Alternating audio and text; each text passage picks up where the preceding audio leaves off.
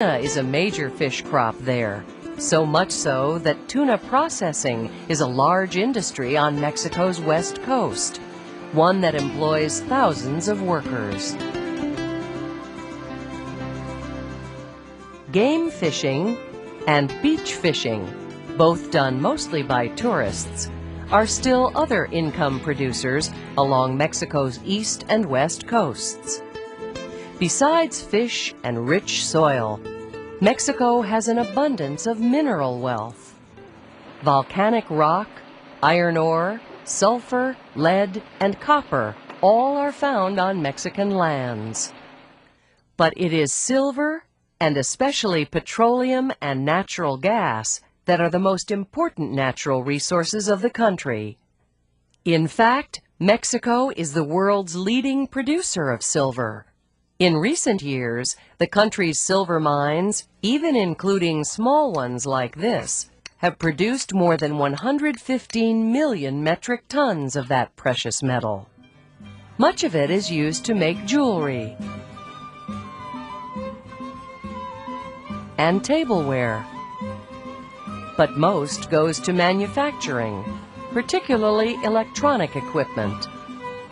Petroleum is the country's leading export. Mexico is the world's fifth largest producer of oil. During the past decade, it has extracted more than 3 million barrels of petroleum every day. Mexico is a leading producer of natural gas also. Much of it shipped to the United States through massive pipelines. With so much petroleum, Mexico has developed a large petrochemical industry, another key part of its economy. For many years, a number of major industries, including petrochemical manufacturing, was owned and operated by the Mexican government. But in the 1980s, the government began selling those businesses to private investors. Government officials felt private ownership of key industries would help modernize Mexico's economy. In addition to petrochemical producers, transportation companies, power generation facilities, and telephone services were all sold to private business people. Mexican citizens today work in mostly a free enterprise economy, one in which a free marketplace, not the government, determines which goods and services will be offered and at what prices. The largest number of Mexicans, approximately 1/2 of all job holders, are employed in service industries such as entertainment. Other service workers in Mexico have jobs in law enforcement, sanitation, education, hospitality, food service, transportation, banking, insurance, media, and communications. Manufacturing ranks second behind the service industry in the number of people employed. The latest figures show that more than 25% of all Mexican job holders work in manufacturing. Processing natural resources is a leading manufacturing activity in the country. Metal processing and petroleum refining are examples. At one time, Mexico City was where most manufacturing took place. But today, industrial concerns are located in many other places around the country. In recent years, modern manufacturing facilities have been built near Mexico's border with the United States.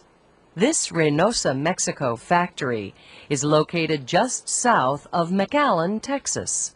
These facilities, called maquiladoras or maquilas, are where electronic goods such as computer components, small appliances, and many other products are assembled and then shipped to the United States and, in some instances, Canada and other countries. The growth of maquiladoras and the thousands upon thousands of people they employ is in large part the result of the North American Free Trade Agreement, or NAFTA. an international agreement that went into effect in 1994 that made it easier for companies in the U.S., Mexico, and Canada to do business with each other. While manufacturing activity is now found throughout Mexico, fully half is still located in Mexico City. There, car and truck assembly, tire and auto part manufacturing, wood and paper milling, and petrochemical manufacturing are all key activities. Craft occupations are still another way that many Mexicans earn their living. Making silver jewelry, glass vases, pottery, embroidered fabrics, and woven rugs. All are important crafts practiced in many parts of Mexico.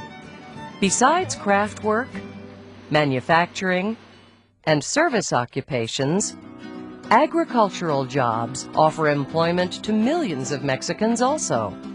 In fact, almost 1 of every 4 workers in the country is involved in some type of farming or ranching activity. In all, more than 9 million people. Although many do the planting, tending, and harvesting of crops, many others are employed by companies that transport and then process the food.